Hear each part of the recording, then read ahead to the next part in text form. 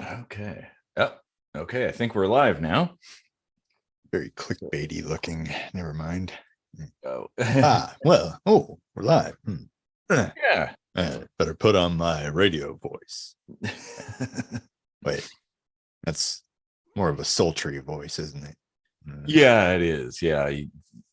Radio voice is a little different. Well, it depends. Are you morning radio or like late night radio? Overnight radio. Yeah. Yeah, they're very different. Welcome to the smooth sounds of kitchen sink microscopy. Well, I guess that makes sense because at least here it's nighttime. I'm your host, Slim Rochford. You might not want to brag about that. Man. I'm Slim. Like in general. Yeah. Well, hello, everybody. As I said, I'm Slim Rochford, and we are a little late, but we are live. And I'm not drunk yet. I don't know about you, but No. kind of rare that I'm not already drunk. Absolutely not at all. No. Yeah. Well, yeah. And got my Charlie Brown Christmas tree here because it's just a few days from Christmas. Yeah. Mm-hmm. Yeah. Yeah. And I'm Eric Rosenblatt. And, we'd love it if you'd like and share this video, subscribe to the channel, hit that stupid bell down there if you want. If you want to be annoyed by notifications of things, yeah. And we write our own music, Casey and I, but there won't be a song or an original song at the end of this episode because it's live and we haven't yet figured out how to do that. So yeah, it'll just end spontaneously. Well, maybe. Yeah. So anyway, Casey, what do you think we should talk about today? I'm guessing this is going to kind of be a loosey-goosey episode. Yeah, I didn't really prepare anything. I mean, we never really do. And True. It always turns out good. But with Christmas coming up, we've done a couple of Christmas episodes. I think we did like traditions and then like the war on Christmas. Mm-hmm. But I don't know, like, are there any other angles that you think would be interesting? Like, I don't know, like, is it even religious anymore? Or ooh, yeah, I mean, that might be a good place to start, actually. Yeah, because now I don't believe, well, I mean, the origins of Christmas are religious in nature. Obviously it kind of started good with play on words because it's pagan and they're all about that nature. Yeah, exactly. Let's see what you did there. Yeah. Yeah, I mean, there's certain elements that are spiritual or religious. The winter solstice, which as we're talking right now is tomorrow, which is kind of cool. I always like that time because that means the days are going to get longer, which is good. Yeah.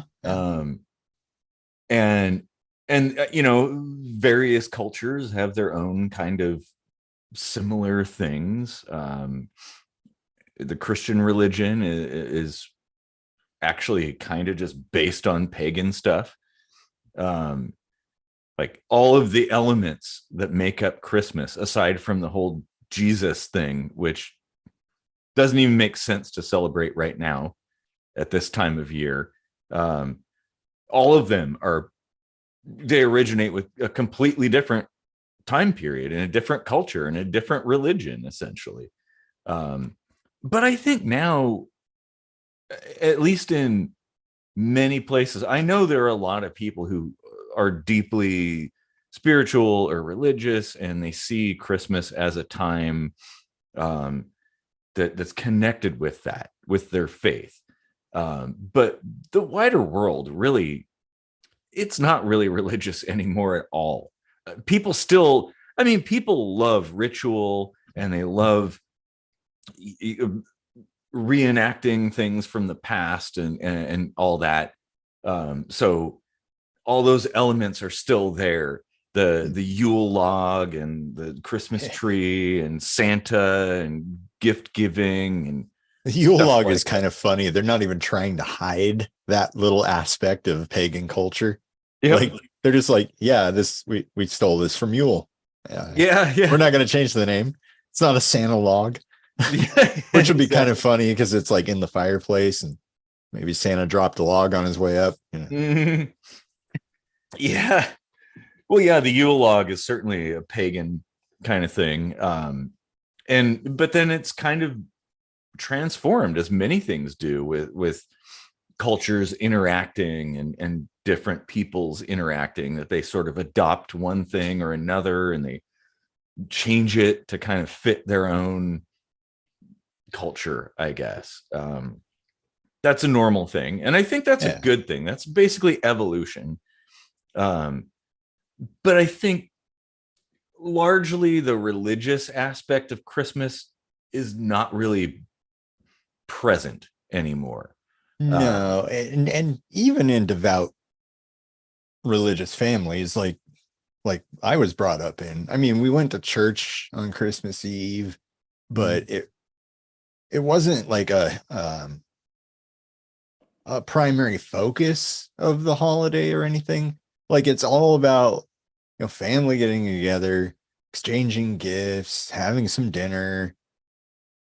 You know, traditions vary from there, but those are pretty much like the core elements that just about everybody kind of falls into line with. And I agree. I think that is the case. It's definitely largely about family and familial bonds and friendship and things like that. And one thing I do like, though, is that it's so inclusive, which is rare for religion, right? Yes.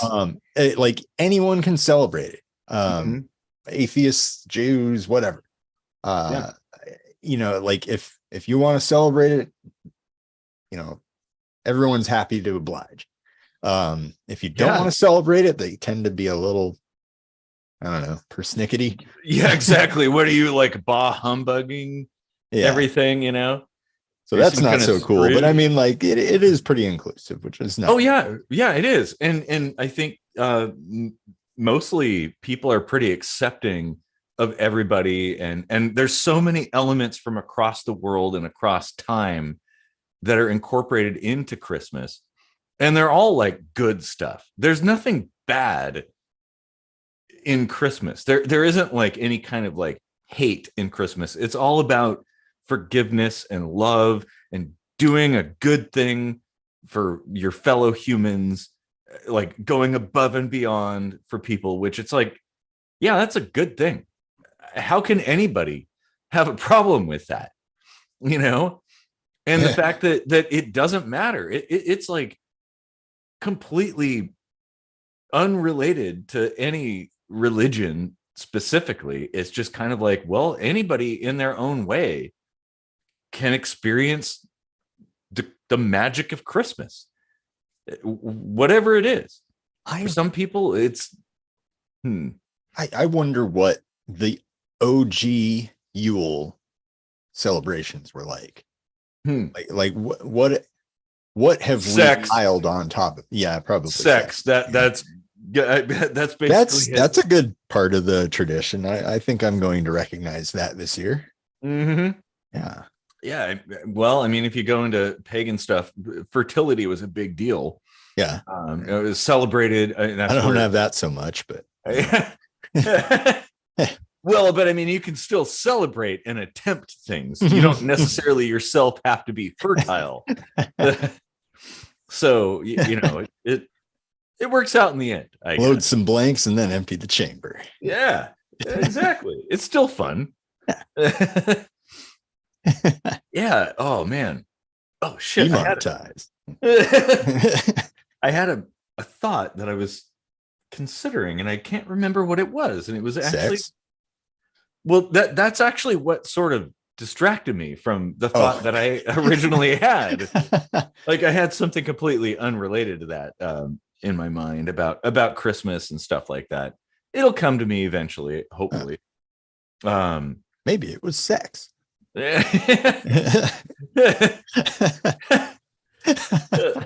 Stop trying to force sex into my mind. Oh man. Yeah. You know what's kind of interesting about the gift giving aspect, which probably originated with the Christian takeover of the holiday, is that it's based off of like the three kings bringing gifts to Jesus for being born. Yeah. And I guess the closest real analogy to that, like occasion, let's say, is a baby shower or something, Yeah. like bringing gifts to the kid that was just born. It's not even like a birthday thing, although that could be like the anniversary effect. Right? Guess it is kind of technically a birthday in that regard. Yeah. So why is it that we gather around on Jesus's birthday, which is even, I mean, how do we know which day that is? It was probably in the summer, actually, based on I've heard the whole, spring, So like, yeah, summer, spring knows? to summer, somewhere. It was definitely not now. Yeah. But the point is, like, why do we give gifts to each other rather than, I don't know, like, shouldn't the gifts be, well, I don't want to say shouldn't the gifts be to God, because that usually involves sacrificing virgins, but yeah, or your firstborn child or something like that. Well, wouldn't that be ironic? Let's celebrate the birth of this great child by killing a child. Yeah. Or sacrificing an ox or an ass. Ooh, I sacrificed an ass the other day. So, yeah, sex. Yeah. Well, I guess that's a good point. And I would imagine that the whole baby shower gift thing is kind of related to that. There has to be a connection, because why would you give gifts? Well, you get the same thing with people getting married. Because you need a bunch of shit when you just had a baby. Well, yeah, I suppose. But now it's become so formulaic. Like, oh, you just go to Target and you go to that kiosk and put in your wish list for your birthday or Christmas or baby shower or wedding thing or whatever. And then people just pick from that and they just click it and order it, and it just arrives. Like, well, I don't think that captures the spirit of what that was all about. Like, I got you this box of frankincense scented diapers. Yeah. I mean, that maybe somebody would like that, but I think one of the things that's kind of changed over the years is the gifts used to be unexpected. It was somebody they knew you, and they would select or craft their own gift for you in line with who you are. And now it's kind of like it's just a programmatical thing. It's like a algorithmic thing where you just provide a list and people just buy the stuff off the list, and there you go. And now it's gotten stupid where it's like a lot of times people just give gift cards too. Yeah. Like, I mean, really, is that people will ask me what I want, and I feel like, I don't know, can't you guess? Like, am I that much of a, I mean, I'm actually an open book. Like, people ought to know me pretty well. I like the handmade or, like handcrafted or, the thoughtful effort sort of a gift. Like, that's something that's like personal to you, and maybe personal to you and the gift giver. A little bit of some kind of conjunction of that. I'm doing that this year. I won't give away any details yet since we're live, but but yeah, it'll be pretty cool. Nice. But that's the way to go. I mean, people should do that more. Really, like, there's enough commercialism, and I mean, you got to buy some stuff, right? Some materials or whatever, But you should be getting people things that they can't get themselves, Exactly. And the only thing that truly could be is something that hasn't been made yet.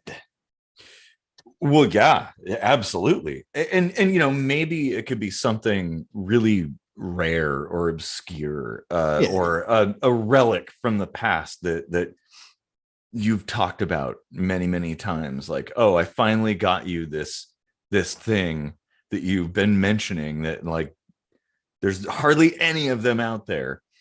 That's kind of a special gift, even if you had to spend money for it. I mean, it was a thoughtful gift. And I think thoughtful gifts make a lot more sense than just gifts that you just check off a list. I also kind of have a problem with obligatory gifting, that there's an expectation that everybody should be giving everybody a gift. Maybe you just don't give a gift sometimes. Or you give a gift, like why now? Why only this one time? Why not don't give a gift on Christmas, but give some gift, I don't know, on March 23rd? I do that too. Like if I see something and it makes me think of someone else and I've got the money for it, I'll buy it and give it to them at some point, like, yeah. And that's a very thoughtful thing. And it's even more thoughtful because it's unexpected. And because around Christmas time, of course, you expect people to do things, but when you're not on the hook, like, oh, giving somebody like a little love letter when it's not Valentine's Day is really special, but it's not really that special when it's on Valentine's Day because, well, everybody does that. You give hearts and mementos and whatnot. So I don't know that I fully agree with the idea of gift giving for Christmas. I think it should just be like Thanksgiving 2.0, just another time to get together with your family. And if there's gifts, I actually so what my family has done for many, many years is sort of the gift exchange game sort of thing. So the things are typically, around like $20-$30, and you don't know who's going to get it. You're just getting the gift. And people pick things and they open them, and you can steal when it's your turn, somebody else. White elephant or whatever. Yeah.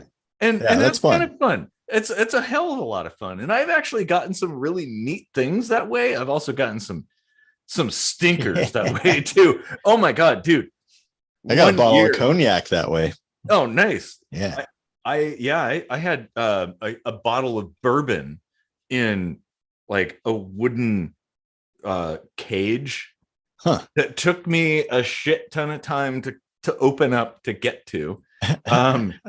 But yeah, I also one year I ended up holding the bag of a thing with like 2 giant containers of lavender moisturizer or something like that. And I'm like, okay, I don't like lavender and I don't use moisturizer, so this is useless. I think I just gave it to somebody later. And that regifting, I think, is a perfectly fine thing. Like, you want to match the thing with the person that it fits with. Yeah, I think that's fair. Does it have to come out of your wallet for it to mean something? No, it should come from the heart. If it does, if you've held on to something for a year just to wait for this exact moment to give somebody something that they would appreciate, hey, doesn't matter where it came from. Yeah. Your wooden cage reminded me, this wasn't Christmas, it was my high school graduation, but my uncle, a machinist, gave me $100 check encased in an aluminum brick with a little notch pre-cut for me just to get me started, and a hacksaw. That was my gift. And I forget how many days or weeks it took me to like get the check out, but that was pretty funny. That is, and it's effort well spent. I think that's very clever. Mhm. And you really appreciate it because now you remember that to this day. I'm Yeah. sure you don't remember 99% of the other gifts anybody gave you, like He-Man toys and whatnot. It's forgotten. But that particular gift is special. Yeah. So yeah. Oh man. Sorry, I've got cat hair on me. The white elephant thing is especially fun if you incorporate drinking. Mhm. Man, Yep. my old work, we'd close down the laboratory for a couple of weeks at Christmas. So like the last day of work or whatever, we would just stay late and party.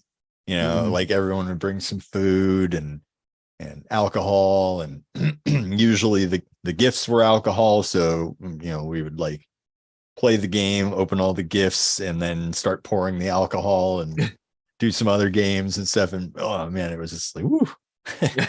Nice. Good times. Yeah. Oh yeah, yeah. And that's the magic of Christmas, I guess. Yeah. That's what makes it special. Drinking out of graduated cylinders. Not used ones. They were well, I mean, it they were depends. just for drinking. I guess it depends on what it was used for. Really dangerous chemicals or radioactive substances or body fluids, maybe. You probably want to avoid that. But if you had, I don't know, like deionized water or something in that, probably no big deal. Oh man. Although I don't think you want to be drinking that either. Oh no, well, you don't want to drink that, but drinking out of something that used to contain it is probably not a problem. I wouldn't, like distilled water or something. You definitely don't want to drink that. Although I am kind of curious. I kind of want to get a little bit of heavy water and drink it just to see what it tastes like. Like, does it taste any different? Huh. My dad used to put away large jugs of water for emergencies or whatever. And he would distill it. He bought a distiller and distilled the water. And then years later, when I found out you don't want to be drinking that, I was like, man, I'm glad we never had to. Imagine like being in an emergency situation, like, oh, we can't get water, and then drinking this water you thought would save your life and it kills you. Yeah, exactly. Like, why? What's going on? Oh man. Yeah. And a little bleach too to preserve it, which is fine. Yeah, you can get away with a little bit of bleach and water. As long as it's very dilute. Yeah, just enough to kill stuff, but not enough to kill you. Yeah. But yeah, distilled water, definitely. You don't want to drink that. Yeah. Oh man. Well, and if people are wondering why, it's basically just because you've removed all the minerals from the water, so it will leach minerals out of your body because water attracts minerals. Yeah. Well, it's kind of like an osmosis kind of thing, right? Yeah, pretty much. Yeah, which is definitely not a good thing. And that's why, you get bottled water in the store and it's like minerals added to taste. Well, and then, oh man, like there's this like basic water, alkaline water, whatever they market it as. That bugs me a lot too. Like you shouldn't be doing that either. That is bad for your stomach. Oh yeah, I've seen that. I've seen that in like grocery stores and stuff, and I've kind of wondered, like, what's the point of this? Yeah, well, like, humans are built, like, we have constructed ourselves over the course of millennia to drink like normal water. Like, why does it have to be special water? Why is special water different and better for you? Like, well, it's about these people think that acidic pH is bad. And but aren't the human body's not even acidic, really. It's like, aren't these the same people who consume vast quantities of vitamin C? So Yeah, but it's like, the neutral pH is like 7, and I think the human body set point is like 7.4, which is technically on the alkaline side. yeah, But like various parts of your body thrive under different pH conditions. You want the hydrochloric acid or whatever, in your stomach to be like a pH of 1 to break down the food. If you go and like dilute it with basic water, you're not going to digest so well. That's actually a very good point. Like your stomach acid is kind of an integral part of digestion. So if you quench that with a bunch of basic water that you're drinking, I mean, it's kind of like the whole the classic like middle school volcano where you put like vinegar and baking soda and they annihilate each other essentially. Yeah. Like, do you want that happening in your stomach? Is that a good thing? I mean, if it were a good thing, wouldn't that be the way nature works? Like, funny that we can transition to stomach chemistry from Christmas. I think it shows we could literally talk about anything. Oh yeah. And it will become anything else. That's a rant I've been wanting to do on like a minute microscopy, because it really bugs me. Like, people fall into these like layperson traps, jump on bandwagons just because or whatever, and somebody will say something as if it's a fact and it's completely wrong. They'll be like, you need to lower, or you need to raise your pH. So drink this alkaline water. It's good for you. Why? Can you tell me why? Well, and I think that's because a lot of people are ignorant of how things work. And when somebody comes across as authoritative about a subject, even if they're incorrect about it, people tend to believe them. That's how politics works, after all. So it's like, it's very easy to get people behind you. And well, that's how cults are born too. You just have to be authoritative enough and confident. And people are like, well, they must know what they're talking about. They claim to have a PhD or something like that. Oh, they're a doctor or something. It's like, well, yeah, but you're a doctor in mathematics. Like that doesn't count. Like, or you're like Kanye West with an honorary doctorate from an art school that gets taken away when you make a bunch of anti-Semitic comments. Yeah, exactly. He's like, well, I used to be a doctor. I played one on TV. But I think that's kind of a thing. That's a failing of human nature, that the people are so apt to align with whoever is the most compelling or the most motivational. And, if you frame things in the right way, not going to say that I would start my own cult, but I could definitely start my own cult.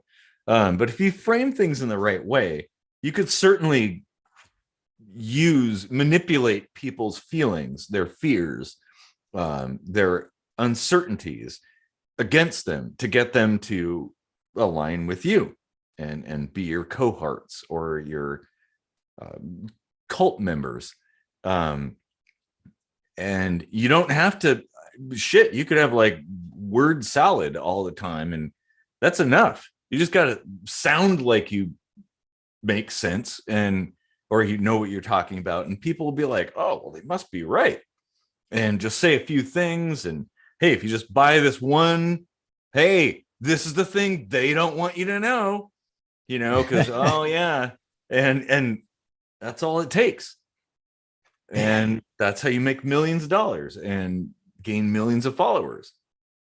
That's the other thing too, is confidence is actually something that should be, well, I don't want to say like always, because there's, like the whole, that graph of like Dunning-Kruger to like imposter syndrome, and then like a true expert is confident because they actually know everything just about a particular subject, right? Yeah, their own field. Yeah. So that kind of confidence, along with some credentials, yeah, listen to that. But if there's extreme confidence with no credentials to go with it, like, take that with a grain of salt.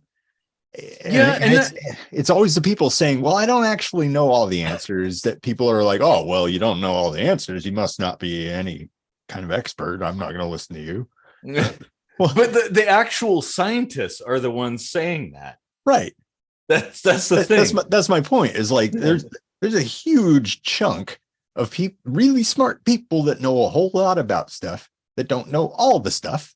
Mm-hmm. And if you ask them like 6 million questions and they don't know some of the answers, well, it's better that they tell you they don't know than lie to you or make something up, or, try to like say things in some wibbly wobbly sense that makes it sound like they know what they're talking about. You want them to be like, I don't know. Well, and that comes down to like the goals of like somebody's motivation, essentially, like what they hope to achieve. In the realm of science, you hope to discover reality, essentially. Like, okay, we're going to whittle down slowly over time, what are the actual, like, what are the facts around things? And there's a lot we don't know, and it's okay that we don't know, but we'll discover it in time. But there's a lot of charlatans out there that they proclaim to have all the answers, and that's the thing. It's like skepticism. It's a thing that most people like. There's so many obvious red flags. Like, it blows my mind that people don't raise them early enough. But skepticism is a dead art, really, on planet Earth. And when you do see it, it's kind of a caricature of what it should be. Yeah. Well, because people expect that the bad people are like mustache twirling, snidely kind of people and stuff. It's like, well, that isn't how it works. It could be like regular people who are just kind of conning you. How do you know if you're being conned? And even the experts con people. Even authoritative, like, well-educated people can con people. That can happen. So how do you defend yourself against that? But that is a thing that people don't really have in their toolbox. I in my experience, from what I've seen, the ability to kind of delineate between like what is bullshit and what is probable or should be investigated. People just don't have that skill anymore. If they ever did, I honestly don't know if they ever did, looking back through time. Yeah, this is true. I wish there was some way around that, but like, you can teach it, but you can't necessarily guarantee that it's a lesson that's going to stick with everybody. Because I kind of think that, like, a lot of people just lack the gene or whatever that allows them to think critically. I don't know. Yeah, and yeah, I want to point out that while it's important to be skeptical, especially of extraordinary claims, if somebody says they've built a warp drive or created cold fusion, or the Son of God was just born. Yeah, or like free energy or something like that. Okay, well, that's a very extraordinary claim, and you should automatically be extremely critical of that. But the scale goes down, and obviously people are people, so they're swayed by persuasive individuals. So if you have charisma, you can overcome a lot of those countering factors. If you're charismatic, well, a lot of people will simply believe you if you've written a bunch of books or something like that. And Hubbard, like, then people are going to be more inclined to believe you. Like, if you have a big organization behind you, a bunch of followers and stuff, people are sheep. They do tend to follow the herd. We are definitely a lot more advanced than in the past, but we're still the same beings we were a million years ago, in essence, where like the core of that is still a part of us. We still have our animalistic nature. And that's a really hard thing to overcome. And it's also a very easy thing to exploit if somebody wants to exploit it. Yeah. But I think people should be skeptical. Yeah. I don't know if that made any sense. I might have had a little too many beers there, but to tie skepticism back to Christmas, though, that is kind of a good point. Like, how much of a cuck was Joseph to be like, oh, my virgin wife is now pregnant? It must have been God. Okay, that's a good point. Yeah, self-delusion. He's like, well, we didn't have sex, so it must be God. Like, I don't know. Of course, she would never possibly ever be with anybody else. That's impossible. And maybe that's the birth of that particular story. I've always thought, like, from my teenage years, I've always thought that particular thing sounds a lot like aliens. And I know, I've got, my hair has to be all crazy and say it's aliens. But it does kind of sound like that, like an alien abduction thing, and impregnation for an experiment and stuff. And the kid came out all weird and everything, and they were like, it must be the son of God. And I can't blame people back then. They didn't know any better. Hell, we probably wouldn't know any better today. So, it's possible that some strange ass thing happened a long time ago that created this story. Yeah. Oh man. But I've always considered the whole like virgin birth story to possibly be aliens for most of my life. Yeah, I mean, more than likely it was a translation sort of thing. Like, virgin probably meant more like a pure soul. Because I mean, even back then, I think marriages had to be consummated, which basically means it wasn't official until you did the deed. Right? It is kind of interesting that in certain cultures, doing the deed was a public affair. Like, you would have an audience around your bed watching you, which is like, man, that. Well, yeah, me too, but that's weird.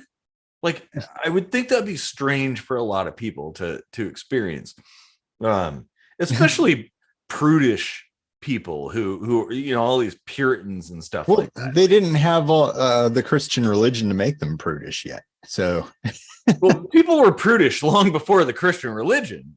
I don't know. Oh, there were the Romans, after all. Well, who are now known for Catholicism, by the way, which is like, whew, yeah, what happened there? Well, but people were prudish in their own ways, not necessarily in the ways we would consider today to be prudish. Everybody has their shortcomings. Every time period and culture has their shortcomings and positives and stuff like that. Yeah. And yeah, I think what you were talking about was just more like to witness, to know that it happened and stuff. And I mean, if it's that big of a deal that you need proof, then I guess that makes sense in the context of the culture at the time. I mean, maybe, I guess if for like the average person, it probably didn't matter, but for royalty, it might, because royal lineage, like, is this actually the child of a person? Now, granted, it's a little bit stupid to on somebody's wedding night, that's the only time you witness that. It's like, okay, well, you can have sex many times without impregnating somebody or being impregnated. That can happen like for months on end. But I mean, I guess I don't know, people, they have their ways. Well, I've read it was like also to prove, like have witnesses to show that she was indeed a virgin. And all that, which you can't determine that from afar. You got to get right up in there. So what the hell happened on the wedding nights of the past? I actually kind of want a time machine to see this. And like, how many guys had stage fright, right? Like, can you guys just like go out for like 10 minutes and then come in like when it sounds like really hot and heavy or whatever? And I have trouble taking a piss with somebody like 10 stalls down from me in the air. Like, I can't even imagine the weight on your shoulders in that regard. And well, in some cultures too, don't believe that it's one person that creates a child, or two people, like the two contributors. They believe you have to build the child. So the entire tribe will have sex with the bride over and over and over again, because they are like, okay, it takes a bunch of people to make this happen. Which, like, okay, I'm totally on board with that. I'm all about orgies like that. That's awesome. It's also not correct. I think there are rare occasions in human biology where chimerism can occur. Doesn't that create mutations, though? I don't recall. See, I admit I don't know something. Exactly. And I phrase things to be like, I could be wrong, but like I seem to remember something about that. It definitely happens in like cats. You can have like a litter with more than one sire or whatever you call them. The dude. The dude. Maybe that's a horse dude thing. I don't know.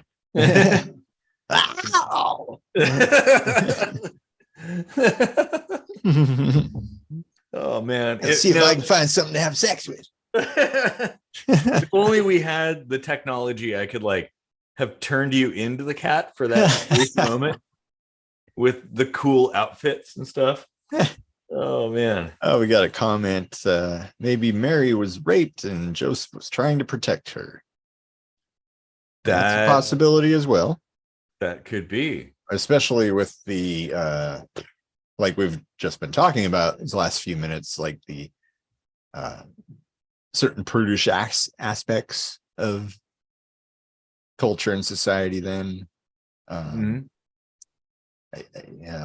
be raped, then I mean, if you like read in the Old Testament and stuff, like some of the holy laws around being raped, like having to marry your rapist and stuff like that. And how does that work if you're already married? Like that's super sketchy. Oh yeah.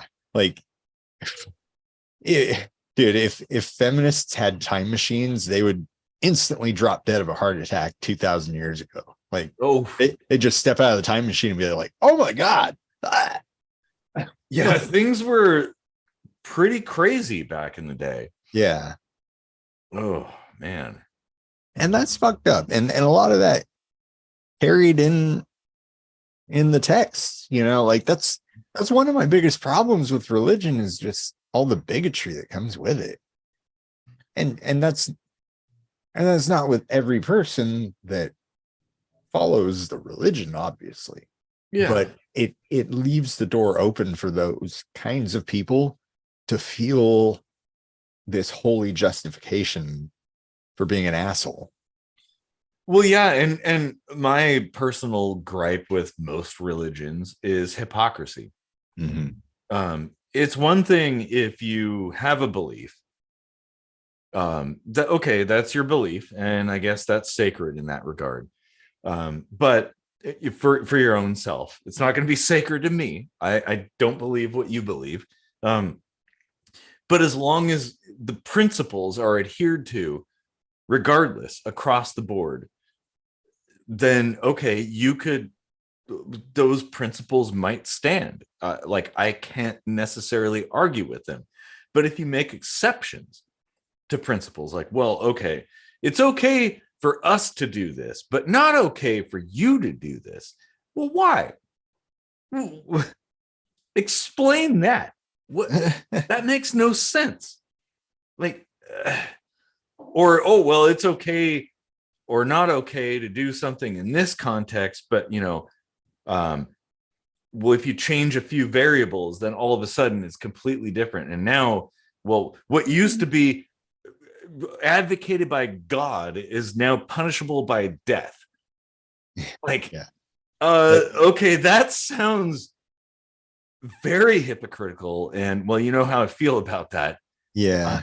I mean, that's an extreme example, but I do actually think that what might look like hypocrisy in certain situations does actually have good reason behind it. Like there, obviously, you can't adhere to a certain principle the same exact way in different situations every time. It's impossible. Well, no, yeah, it's circumstantial. That makes sense. Yeah. So like there are, of course, situations where like, you might be okay with something in this aspect, and then like one little variable changes and you're not okay with it over there, and this is a thing that comes up in rape a lot, is this idea of like people think it's hypocritical to begin with consensual sex and then change your mind halfway through. I used to be one of those people that thought, well, that doesn't make any sense. But, then as I got older and had more experience and, matured, I was like, actually, that does kind of make sense. Like I've changed my mind in the middle of a movie and gotten up and left. How's that any different? Like I just decide I don't want to do this anymore. And I, freely leave. But in certain situations like rape, you don't have that freedom if you're being held down or something, like, and, well, what about consensual non-consent? I've had partners who are all about that. In fact, but you both know that going in, Yeah, this is true. But do outsiders agree with that? I mean, if you were to go to court and there was a jury, how would they know if something was consensual or not? How could they determine that, even if it was on the surface non-consensual? Well, I don't think you'd have a lot to worry about because it's almost impossible to prove rape. Like, and I have to say, I kind of agree with that being a difficult thing because like it's pretty hardcore to have happened to you and to be accused of, especially if you didn't do it.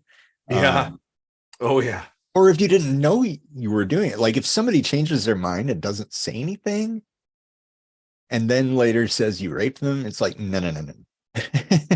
Yeah, exactly. Like, Well, you and got to that, be like, no, I don't want to do this right now. You know, y- you gotta at least make something known, right? and that gets really dicey when you get into the consensual non-consent kind of thing. Because Yeah, I had but a it's something you partner. can't prove after the fact. Well, Like, no, but I had a partner many years when I was a teenager who was all about that. Like, she had fantasies about this kind of thing, and that was what a lot of our interactions revolved around. Um, and it was role play, and obvious to us, but to the outsiders, to like her religious dad, who was like a pastor, that might not have been the case. Like, he may not have perceived it the same way. Um, so how do you differentiate between those kinds of things? And I mean, I do have to say, it's kind of crazy that we segued from Christmas to rape. Like, only we're the only two human beings on planet Earth capable of doing that. with a short digression about water, Yeah, the exactly. pH of water. Yeah. How the hell do we do that? Christmas, pH of water, and rape. Yeah.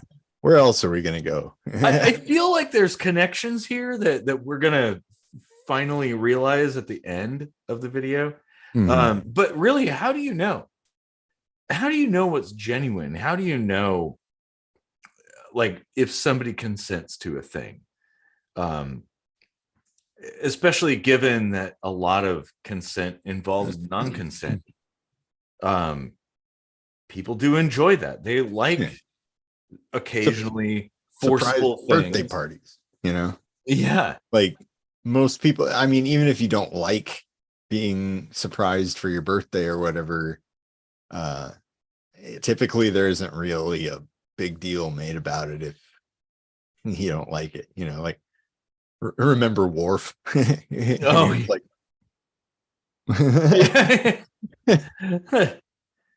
oh yeah. Like, maybe you just want to be alone for your birthday, and now all of a sudden your house is full of people. Oh, we've got some more comments now.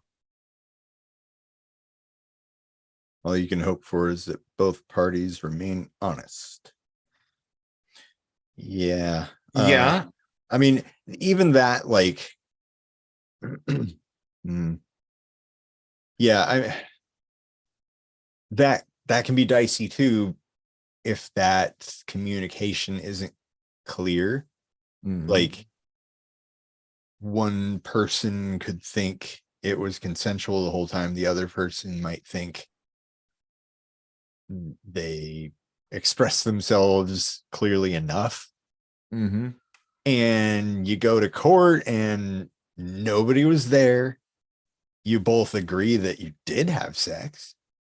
So it's like, you can't even just prove that you had sex, which is also hard. True. After the fact.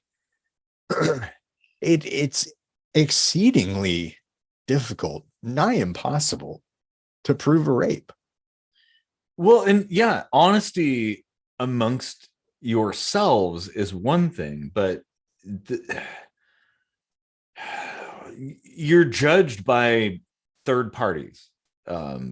And so, unfortunately, people come to the party with their own biases, and predispositions. And if you say the R word, all of a sudden everybody makes assumptions like, oh, well, it must be Casey. Of course it's Casey. Just look at him. Look at his face. He's the face of a rapist. Like, of course he did it.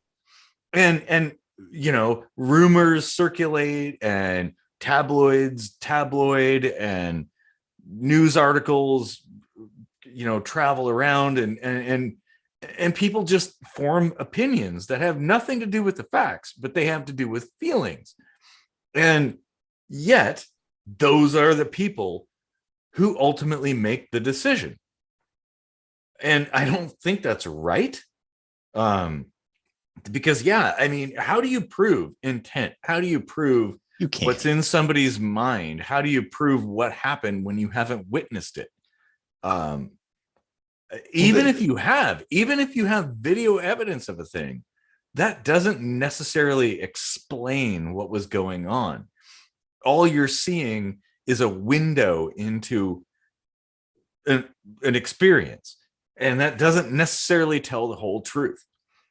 Oh wait, we have another comment now. Yep. She meant in the consensual non-consent. So who's going to take you to court if they're honest and it's actually consensual? Well, yeah, I guess that would be a brick wall there. Well, except in the case of a breakup or a falling out, when now all of a sudden you're no longer everything's no longer kosher, and now you're enemies, and of course somebody's gonna be inclined to dredge up the past and get back at you out of spite. Well, this is like earlier we were talking about people conning other people, and just over a year ago I got conned by that girl who had her kids calling me dad and stuff, and then turned around and like went and got a restraining order against me for stalking, made up all these stories and shit. And like, the laws in this state are crafted in such a way that she doesn't have to prove any of that. She can make the most grandiose statement, and it's my burden of proof to prove my innocence. Like, which you can't do. Exactly. You can't prove intent. That is actually fundamentally impossible to do. If somebody accuses you of something that you didn't do, how do you prove that you didn't do it? Well, that was the moment I was like, you know what? I am damn glad she didn't throw in a story about rape, because that would have like totally ruined my life and my reputation. Yeah. Well, like, that's one of the problems with the court of public opinion is people are swayed by their emotions, not by the facts, not by logic. They're manipulated, and they make their decisions based on their feelings, and only that. And it's very easy to manipulate that. Wow. Yeah. That's that was such a shit show. Oh God, I'm glad you came out of that intact. I had my doubts, I have to say that. Yeah. Like I know how things work in this country and in this state, and I'm like, oh shit. Yeah, I mean, it's almost up, and I do kind of have a little apprehension that she'll try to like re-up it for some reason, but I'm hoping that she'll just fuck off and do her own thing. Because I was looking that up. I was like, what goes into that? And it's more of the same. It's like, if they petition for it and you don't know that they did or not, we'll just grant it. Like they don't have to prove anything. They just have to say they want it. They don't have to prove that they're scared. Wow. Nothing. Like, this is literally what the law says in this state. And it's just like, well, fuck, I might as well not show up anyway, because I already, sold a motorcycle for a lawyer that did nothing, Yeah. I mean, apply that to anything else. Imagine if it wasn't situations like this, but anything else. It's draconian. You're a conspiracy theorist, and all you have to do is claim it was aliens that did it. You don't have to provide any proof whatsoever, but the state just sides with you, and they're like, well, I don't know, I guess this guy said it was aliens, so it must be aliens, right? Like, how insane is that? That is completely asinine. If there are any female viewers that are into equality, I implore you, please file a restraining order against a space alien. Yeah. Make a mockery of the system and be like, look, I don't have to prove anything, right? That's what it says right here in the law book. Wait. I figured it out. The only way that politicians do anything is when the things come back on them. So if we all of us file some kind of complaint against every single politician saying, oh, they raped me. Oh, they like drugged me into a car and I was like held hostage for 7 days and whatnot.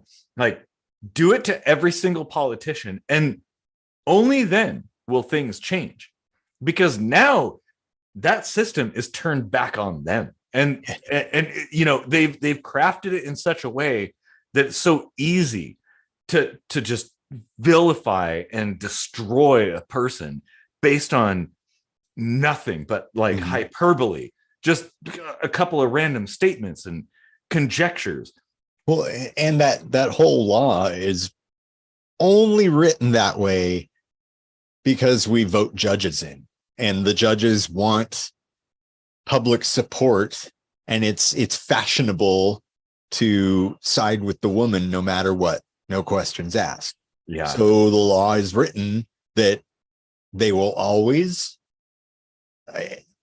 like, they almost have no choice. Actually, they don't have a choice, because Judge Sandra Allen said, well, she doesn't have any evidence, but I'm going to go ahead and grant the order.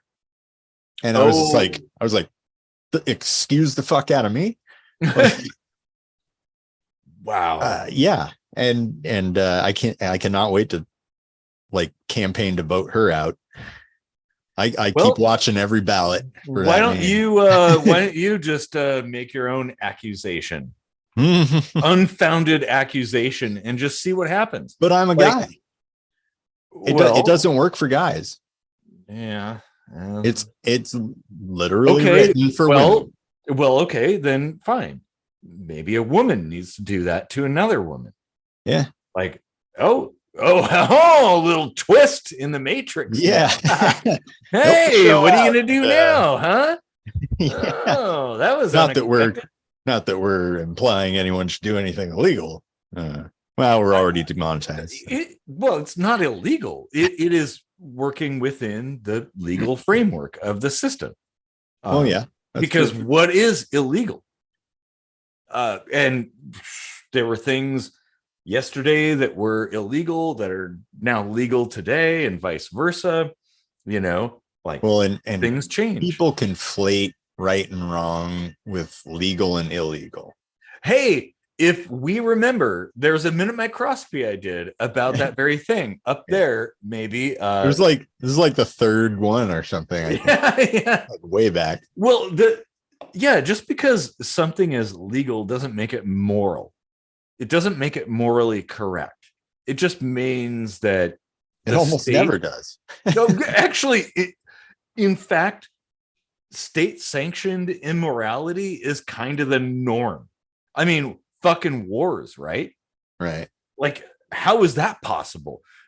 State-sanctioned murder for people who have never done you wrong? You're not defending yourself. You're the aggressor. Your minute microscopy today about public pensions.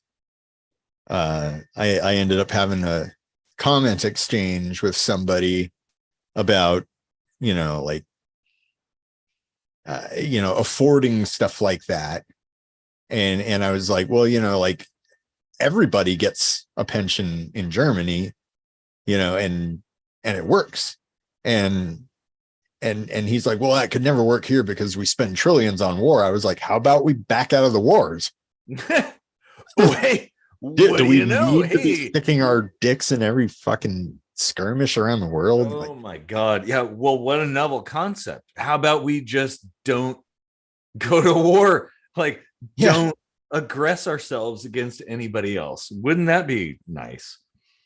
Yeah. Jeez. Oh man. Oh geez. Wow. It's gone everywhere. What a roller coaster. Like, oh my God, we've been all over the place. Started with Christmas and it went to like rape and war and spreading the Christmas cheer. which which honestly, I think, that's kind of like a good kind of way to kind of put this into a nice little Christmas globe that you could put on your tree. We should take the idea of the Christmas spirit and togetherness and friendliness to other people and indifference to our differences, that they don't really matter. Like, why does it only have to be now? Why is this the only time that we don't really care what anybody looks like or where they come from or what their socioeconomic status is? Why not do that all year round? Like, we could totally, dude, if it weren't for all these conflicts and infighting on planet Earth, we'd totally be like in the Star Trek universe now, like exploring space and we'd probably be getting into wars with other spacefaring peoples, maybe. But hopefully not. Maybe everybody's a Vulcan out there. That'd be good. But I mean, like, as far as on Earth goes, like, why can't we resolve these differences? Why? Why are people still killing each other over bullshit? Absolutely ridiculous things like religion. Like, religion is an unfounded concept. There is no evidence behind any of it. And dirt. And dirt. Yeah. Just a line on a map or something. People have fight over that shit. Well, Biden and Putin are both saying like it's probably gonna come to nuclear blows here pretty soon. Yeah, and so why do the rest of us have to like take shelter because a bunch of idiots decided to be idiots? Oh man. Yeah. Ugh. Well, Merry Christmas, everybody. Ho, ho, ho.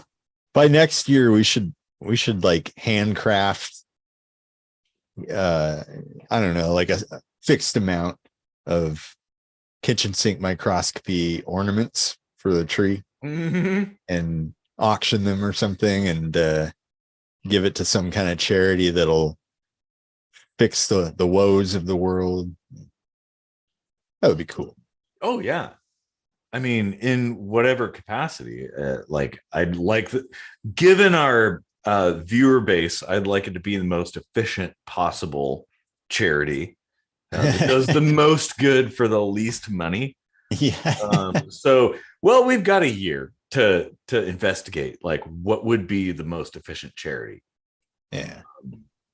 I mean, to me, it's the kids. Like, you can absolutely help children for very little money across the world, and kids don't deserve, well, nobody does, but especially kids don't deserve the kind of trauma and things they have to go throughout time and space. Yeah, so maybe we can find a good appropriate charity for that. Yeah, it's always nice when sports people, with all their money do some like real hands-on charity work, especially with kids. That's pretty cool. Our hometown guy, former Seahawk that was in my grade, Marcus Trufant, he does a lot of that stuff. Real charitable guy. He's always been a really great guy. It'd be cool if I was never super tight with him, but it would be cool if like we could get him on board to like help boost that sort of effort, Man, that would be a nice charity drive. Yeah. Whew, man. Yeah. He's got his own little YouTube show now, actually. I've seen it. Yeah. Should plug that. Yeah, we should. Well, I don't know that we would boost his algorithmic numbers Yeah. very much All compared to two viewers. the Yeah. Go opposite. check that Yeah. out. Yeah. Well, we do this. This is a labor of love. Yeah. Someday, sometime, people are going to realize what we're doing here, and they're going to be like, oh my God, these are like two Da Vinci's. What? How did I not know about this? Yeah. Oh shit, that would be a good song, Two Da Vinci's. Oh man. Okay. Got that idea now. Yeah. Yeah. Hmm. Oh, and I do want to say I appreciate the people that share the Facebook posts.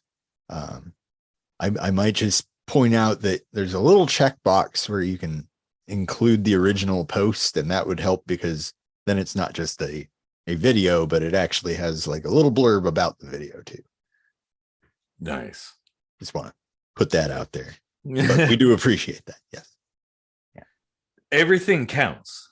Yeah. In large amounts. I was funny how we align. I was actually thinking that very same lyric. Yeah. I might have to listen to some Depeche Mode now. Huh. Too bad we're live, or we could stick with the cover of Enjoy the Silence at the end. Oh, yeah.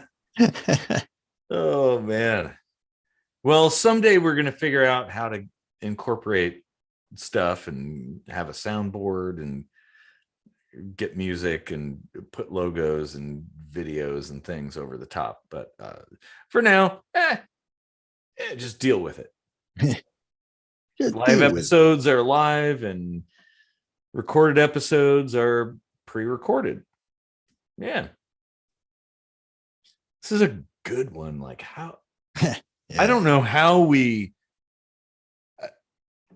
that is, speaking of Christmas magic, like, it really is kind of a magical thing how we're able to take any topic and turn it into any other topic, like transition to it, and then somehow come back to the original topic and link them all together.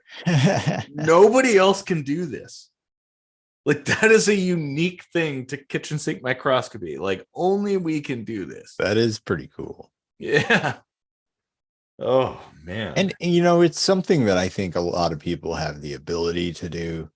It's just we've honed the craft. Mm-hmm. Not even just in almost 4 years of this show, but in the 20 plus years that we've been having these kinds of discussions. Yeah.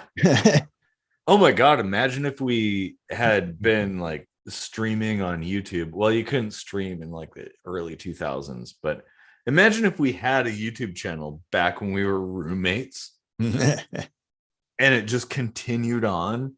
It's wild to think that YouTube didn't even exist back then. Yeah. Yeah. Was it 2005 or something like that? I think so. Yeah. It's crazy. Yeah. Huh.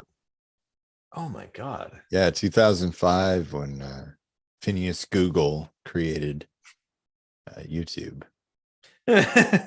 Actually, they were their own thing before Google. Yeah. Google came in after the fact and bought it up and proclaimed it their own. Like, yeah. No, it was distinctly like Elon Musk.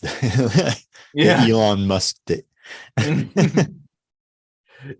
gotta say, it's kind of cool when your name becomes a verb. Like, maybe not in that context, though. Well, no, but I mean, he's become a parody real quick. You can at least feel like, well, you've made an impact, not necessarily a good one or a bad one, but you've made an impact. So I'm trying to place what animal Elon Musk looks like. It's either like a beaver or a badger. Huh. Mushroom. A snake. Oh man, the Badger song. Oh wow, that's going back a while. Wow. Oh Yeah. man. Was that made with like Mario paint or something? Yeah. Well, I don't know if it was. It was very lo-fi, but Yeah. very catchy. It's kind of, yeah. It was very catchy. You Uh, remember Mario paint?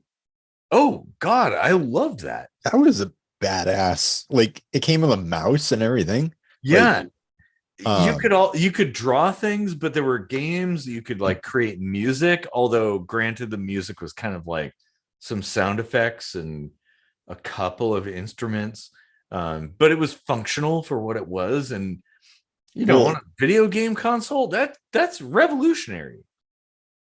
somebody said a lemur. That's a good one. Elon. Oh yeah. Yeah, lemur Musk. Mhm. Um I actually made like I guess my first music video was with Mario paint. Um Oh, I made a little animation to go with the song Wooly Bully by Sam the Sham and the Pharaohs. I And don't it's know that song, but oh really? What? Oh, it's a total ear wig or I'll look it up, and I'm probably going to be listening to it until I go to bed tonight. it's Now, an oldie, but Mhm. I I was not satisfied with the chip tune MIDI capabilities. So we like hooked up a whole bunch of shit like from the stereo to the TV and the inputs and outputs and the Super Nintendo and everything, and recorded it onto video cassette with the actual song. And I was like so proud of that. Like probably the crappiest thing in the world, but it like as a kid, I mean, like with my dad's Oh help, that was pretty cool. yeah. It's almost as cool as how we did the first version of You'll Never. Oh yeah. Like sending things over telex or something like that, over a modem, Yeah, back and forth. Oh, like how did we do that? How do we live like that? that was so funny. Like, Yeah. and the quality was such crap because like Mhm. I didn't have I had one of those standalone CD burners, but not one on my computer. And I wrote this song and I wanted to put lyrics to it, but I didn't have a good microphone on the computer. I don't even think I had like an adequate program to record microphone audio with back then. Because this was like 2001, I think. Yeah, Um, probably. and so, yeah, I hooked it up to the 56K modem and sent it to you because you did have a CD burner on your computer. Yep. You burned a CD and you drove it over to my house. And then I put that Sneak your net. CD in my boom box. It was hooked up to the home CD burner or whatever. And my boom box had like a karaoke function. So I was able to record my vocals onto a cassette tape and then burn that cassette tape to a CD, put the CD in the boom box, record the backing vocals onto another cassette, burn that cassette onto a CD. And by this time, it sounded like your neighbors were listening to loud music while you were inside a closet with a lot of clothes. Oh, yeah. And as I remember, like the vocal track was like on the left side, and the music track was on the right side, like very separated. So definitely not together. But I actually feel like that's kind of my favorite version of You'll Never. I still, in fact, I might actually have the well, closest possible to the original I do of have that. it. Yeah, that's a Maybe really cool. sometime like we'll put it at the end of an episode. Hey, why don't we do like a Demo live? version. Well, why don't we do a live recreation of it? That would Um, be cool. yeah. I did a recreation in 2009 that was like, actually pretty good. a little less cheesy lyrics. I like they were mostly the same, but I changed them just a bit. And there was some super cool like metal screams going on, and but it wasn't mixed very well, unfortunately. And I no longer have the original vocal files. They're probably on the PGT computer, because that's where I recorded probably. it. Well, so I have to like desperately take a piss. Yeah. But I would ask the viewers, what animals are Casey and I? Yeah. If we were animals, what are we? What would we be? Yeah. Oh my God, I gotta pee so bad. Oh, maybe we could just like take a quick break and come back. Really? Oh man. All right. Well, we'll let Eric go take a leak. Yeah. I don't actually have to take a leak. I've taken like 30 pisses today. I no longer have to pee. I don't know what's going on. It's probably because I'm almost 41. I don't know. But if I had to choose an animal for Eric, I think it would be and there's no negative connotation implied in this, but I think it would be a weasel or a muskrat or something. And I think it's just his current haircut. I don't know. But me, what do I look like? I don't know. Maybe I look like some kind of chimpanzee, but like a bald one? No. Actually, I've never seen a bald chimpanzee. Have you ever seen a bald bear? Oh my God. Nightmare fuel. Like, that is seriously creepy stuff. And bears are like my favorite animal. But yeah, a naked bear. Oof. It's otherworldly looking. You can Google it. Yeah. So I thought you look like a muskrat, and I probably look like a naked chimpanzee. I don't know. Whoa, what did I miss? I was just kind of rambling about what animals we might look like. Yeah, I don't know. I would have to defer to third-party individuals, because I don't think I could decide. I couldn't judge myself in that regard. Yeah. Maybe a chipmunk or something, but I identify with crows. So, Crows. Crows are my spirit animal. I mean, if that's like a thing. You could probably pull off the crow as a Halloween outfit. Oh, hell yeah. Yeah. That would be pretty cool. Mm-hmm. Now I want to watch that again. Oh, that's such a good movie. And a tragic movie too. Yeah. Oh, so we have a comment here about me. I don't even know how to pronounce that. Do you? I don't either. I know how to pronounce Wookiee. Well, yeah. Eric is the Wookiee chrysanthemum. Fucking George Lucas. Like the names he comes up with are just the dumbest, aren't they? Like Yeah. Grogu and Boba Fett. Like, yeah. Sounds like something you'd hear on the kitchen line at an Italian restaurant. 2 Boba Fett stat. Like actually, when we open a restaurant, we got to have a fettuccine dish called Boba Fett. Yeah, I was thinking like a Boba Fett would be like an open face sandwich with fettuccine on it. Yeah, exactly. Yeah. Oh man, this is the way. Feta cheese too. Oh man! Oh my god! Now I kind of want to try that. Like that. And you can order it online at FetLife.com. Okay, don't go there. Don't look up my profile on FetLife. Oh man.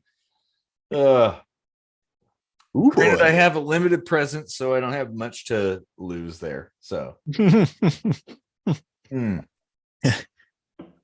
Oh my We god. do need to. I wish we could open a kitchen sink microscopy restaurant. That would be so freaking cool. Oh my god, dude. And I remember we were talking about this where every table would have like a bunch of cards with topic ideas. Yeah. And so people could like have conversations. And it's like, And little webcams so you could like yeah, upload your conversation and live stream it and stuff. Like, yeah, man, dude. that'd be awesome. And also eat good food, like Yep. really good food.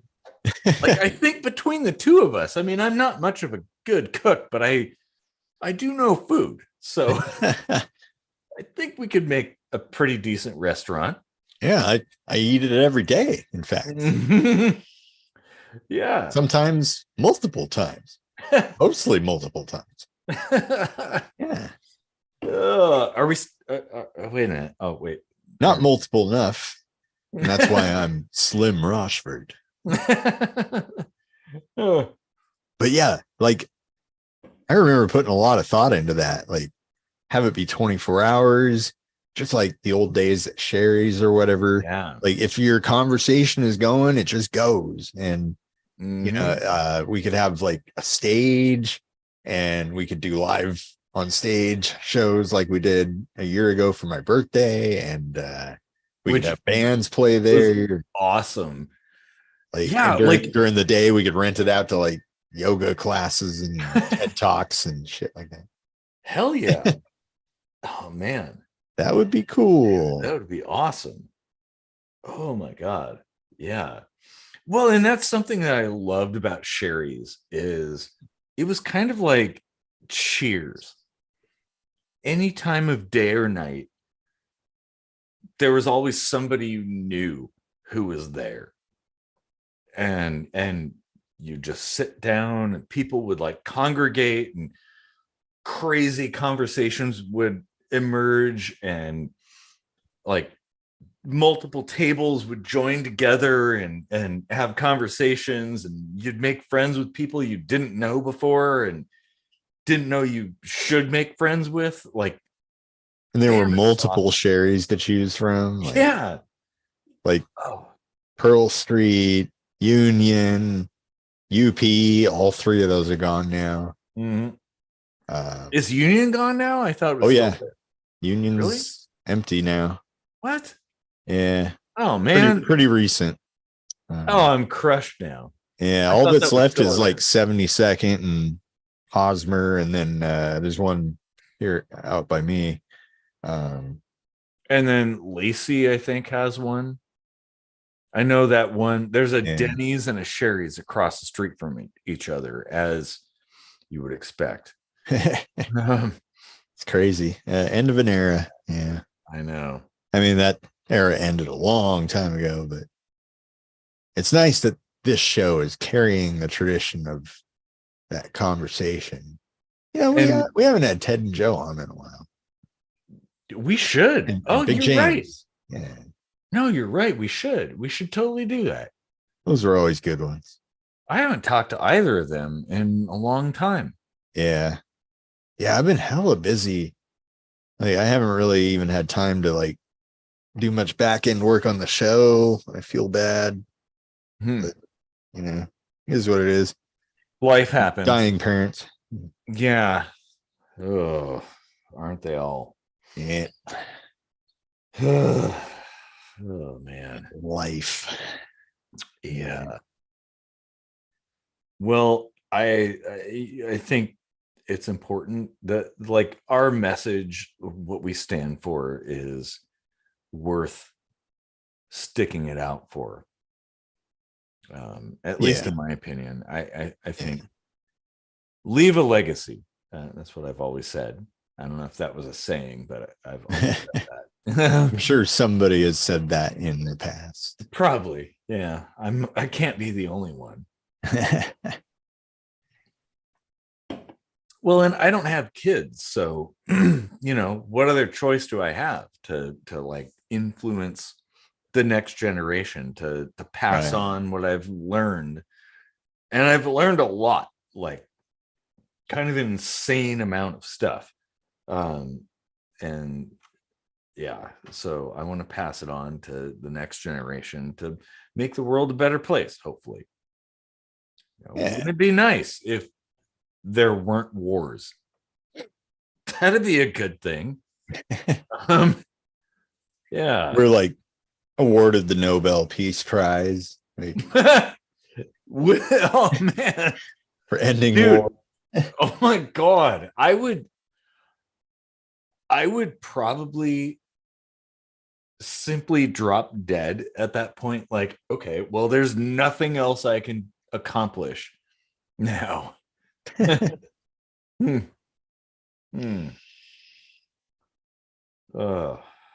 Then we'd have $1 million prize or something like that. Imagine what could be accomplished with that. The Not funny much thing is, anymore. well, I don't know about that. When it comes to governments and stuff, $1 million is a drop in the bucket. That's like, well, that's paper clips for like administrative purposes. That's $1 million. But I'm fairly confident if I had a budget of $1 million, I could take 1,000 homeless people off the street, like overnight.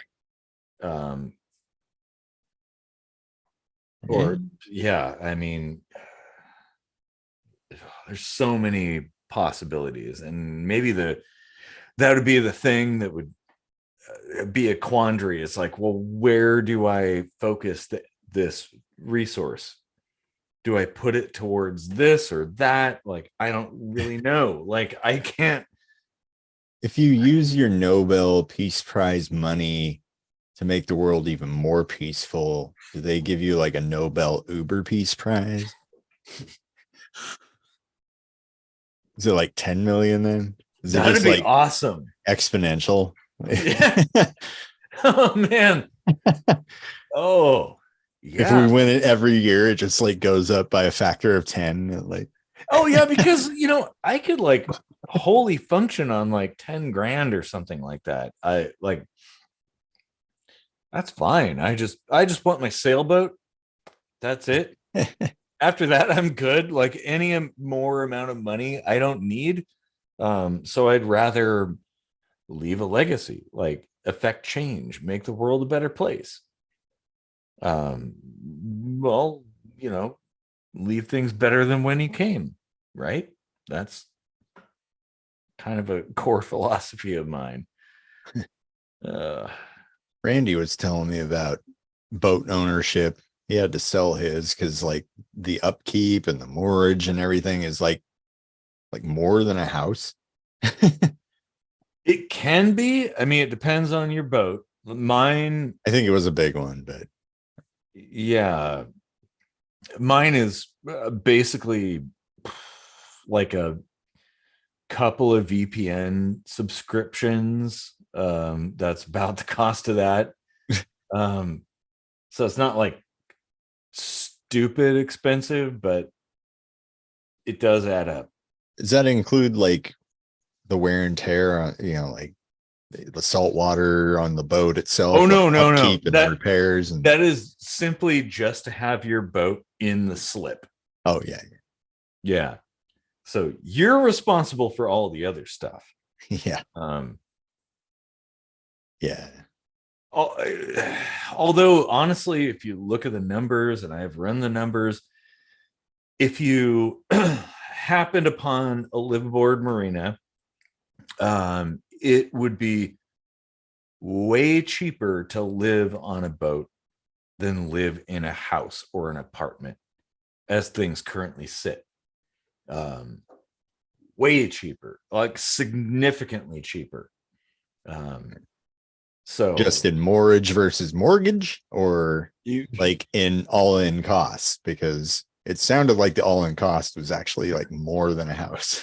Well, it depends. If you're a renter, you don't have to deal with the upkeep, but it's incorporated into the cost of your rent.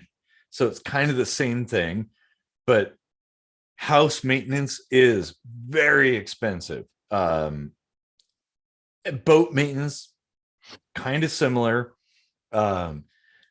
But the mortgage fees versus the mortgage fees, also, you don't have to pay property tax. Like your tabs on a boat are like $30 a year, which is really that's where the cheap. $30 tabs went. Yeah, it's super cheap. Like it is. If you're so, I wouldn't recommend living on a boat unless you are handy, mechanically inclined. If you're not able to do your own maintenance or do some work on things or get crafty, I wouldn't recommend that if you're on a budget. But Craft work. Yeah. Oh man, now I'm gonna have to listen to some craft work. But if you're on a budget and you have some skills and are willing to put in some work, living on a boat is super cheap.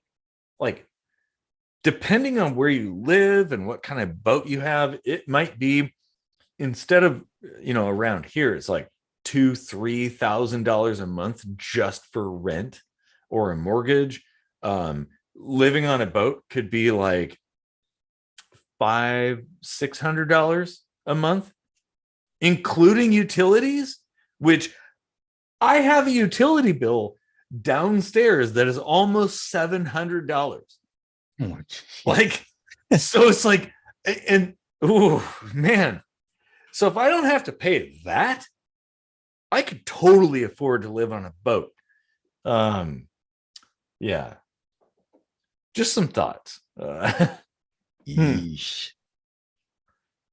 And being on a boat is the most relaxing thing ever. It's unreal. Yeah, it's a whole. I should probably do like. Wouldn't it be nice if we got Christmas bonuses from the government? Like, hey, no taxes this month. Like. Okay. I was gonna say, like, if we got Christmas bonuses from the government, it would be extorted from us to pay us. But yeah, saying like, oh, you get a month of no taxes for Christmas. Okay, I can agree with that. That's fair. Like, yeah, why can't we? Hey, spirit of Christmas, right? Like, why don't we just like, this time of year, it would give a little bit. And of course, they would raise the tax every other, 11 for the other 11 months. They would compensate for it. Yeah, exactly. So you wouldn't really be gaining anything. It'd be like the tax return and stuff like that. That everybody's like, "Oh, I got $2,000." I'm like, "Well, how much did you pay into taxes?" And they're like, well, "I don't know." And I'm like, "Well, look at your thing. Oh, like $7,800." I'm like, "Okay, so you're not actually getting anything back, are you? You're actually losing." So yeah. Oh man. Well, I think we're as of the time of starting this timer, which I don't know when I started it, but now we're an hour and 16 minutes in. I think we're maybe an hour 40 almost. I started mine about 10 minutes late, and it says an hour 30. So. Okay. All right, so we're a bit in. But I mean, oh my God, how did we go? How do we start on Christmas and end up here, and all of the little things in between? Christmas, the pH of water, rape, yeah, restraining orders, con artists. Yeah, it's taxes.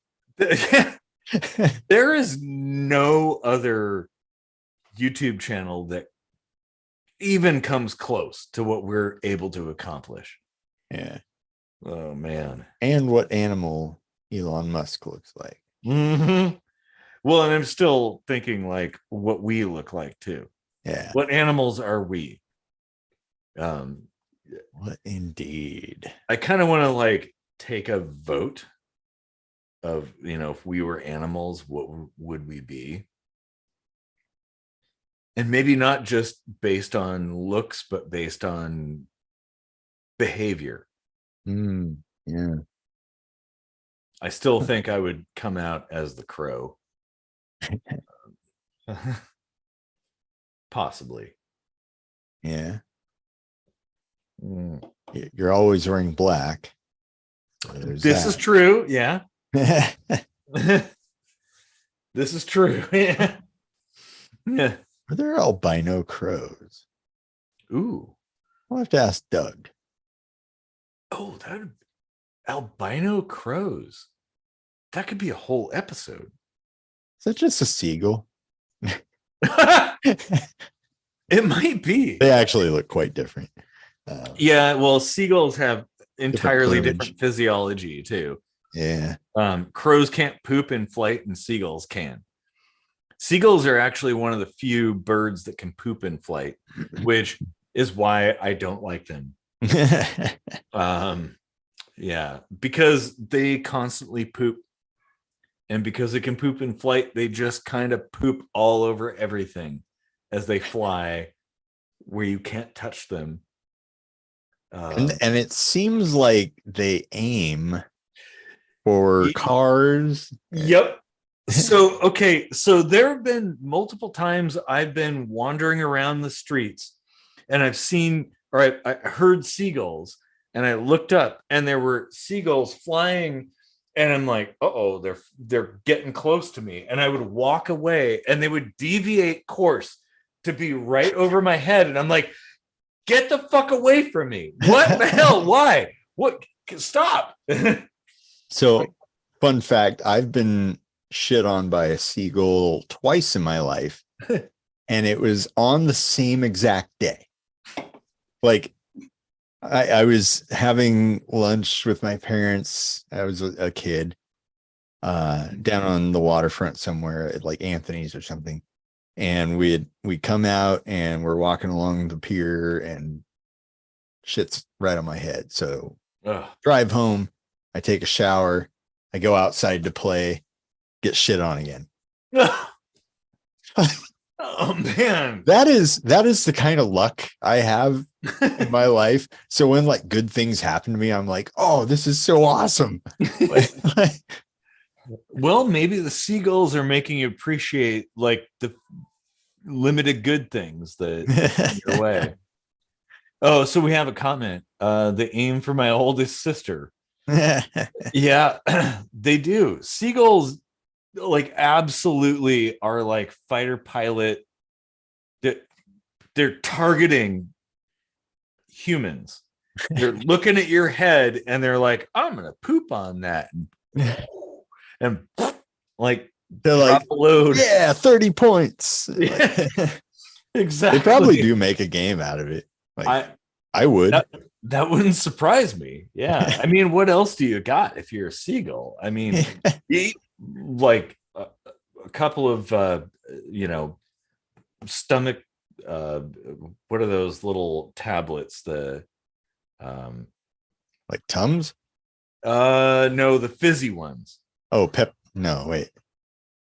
Shit. You drop it into Alka-Seltzer. Alka-Seltzer. Yeah. You eat an Alka-Seltzer and you're dead.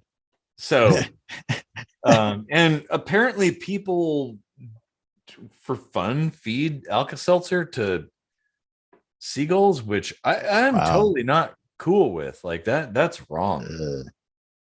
Apparently scientists have proven that insects feel pain. Maybe not in the way that we do, but they show avoidant behavior. And so now squishing bugs technically should be pulling at your heartstrings, just like feeding Alka-Seltzer to seagulls, unless you're a complete psychopath. Oh, I have like damaged my ligaments avoiding stepping on an insect multiple times. Like yeah, Hmm. I don't want to harm anything. Oh, man. Wow. Well, Uh, on that solemn note, I yeah. suppose we should bid our viewers adieu. Goodbye, farewell. Auf Wiedersehen, goodbye. Yeah. I saw a video today that was The Sound of Music, but it's an action movie. So somebody like re-imaged it where like, yeah, it's crazy. It's only a couple minutes long, but it's like machine guns everywhere. Yeah. And she's like singing and carrying the violin or cello case or whatever and spinning around, and it's like there's a machine gun in it. It's like shooting everybody. Like it's like, okay, Now I that's kind of want to like mash up Die Hard with Fiddler on the Roof, and like Hans Gruber falling off Nakatomi Plaza or whatever, and he's like, "Oh, Shenandoah." Oh man, I love stuff like that. People are so creative. Oh my god. Well, for those who are still with us tonight, thank you for sticking it out with us. I mean, I know it's late. Auf Wiedersehen, goodbye. And yeah, I know we've kind of meandered, moving from topic to topic. It was quite hypnotic. Oh, I'm gonna have to watch that music video now. Oh man, that's so good. So many things on the list. Well, so yeah. Thanks everybody for sticking around and commenting. We appreciate every comment. And yeah, have a good night, everybody. Oh, so how'd you turn this off then?